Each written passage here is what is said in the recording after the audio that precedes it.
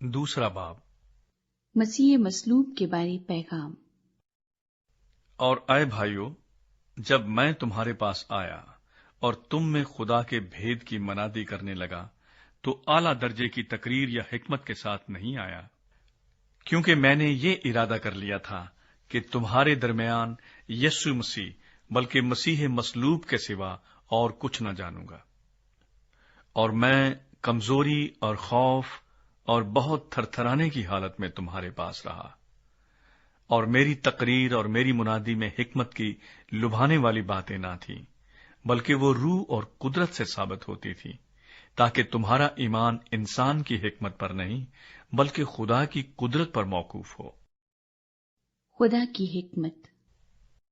پھر بھی کاملوں میں ہم حکمت کی باتیں کہتے ہیں، لیکن اس جہان کی اور اس جہان کے نیست ہونے والے سرداروں کی حکمت نہیں، بلکہ ہم خدا کی وہ پوشیدہ حکمت بھید کے طور پر بیان کرتے ہیں، جو خدا نے جہان کے شروع سے پیشتر ہمارے جلال کے واسطے مقرر کی تھی، جسے اس جہان کے سرداروں میں سے کسی نے نہ سمجھا، کیونکہ اگر سمجھتے تو جلال کے خداوند کو مصلوب نہ کرتے، بلکہ جیسا لکھا ہے ویسا ہی ہوا کہ جو چیزیں نہ آنکھوں نے دیکھی، نہ کانوں نے سنی، نہ آدمی کے دل میں آئی، وہ سب خدا نے اپنے محبت رکھنے والوں کے لیے تیار کر دی۔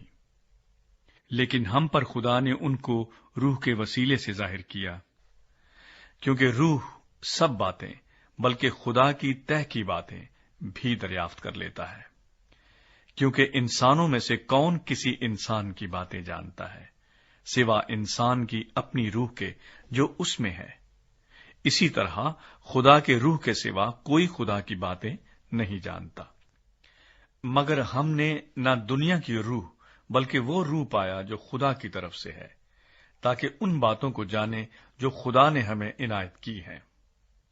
اور ہم ان باتوں کو ان الفاظ میں نہیں بیان کرتے جو انسانی حکمت نے ہم کو سکھائے ہوں، بلکہ ان الفاظ میں جو روح نے سکھائے ہیں، اور روحانی باتوں کا روحانی باتوں سے مقابلہ کرتے ہیں۔ مگر نفسانی آدمی خدا کے روح کی باتیں قبول نہیں کرتا، کیونکہ وہ اس کے نزدیک بے وقوفی کی باتیں ہیں، اور نہ وہ انہیں سمجھ سکتا ہے، کیونکہ وہ روحانی طور پر پرکھی جاتی ہیں۔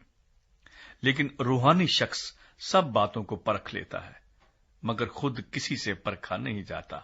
خداوند کی عقل کو کس نے جانا کہ اس کو تعلیم دے سکے؟ مگر ہم میں مسیح کی عقل ہے۔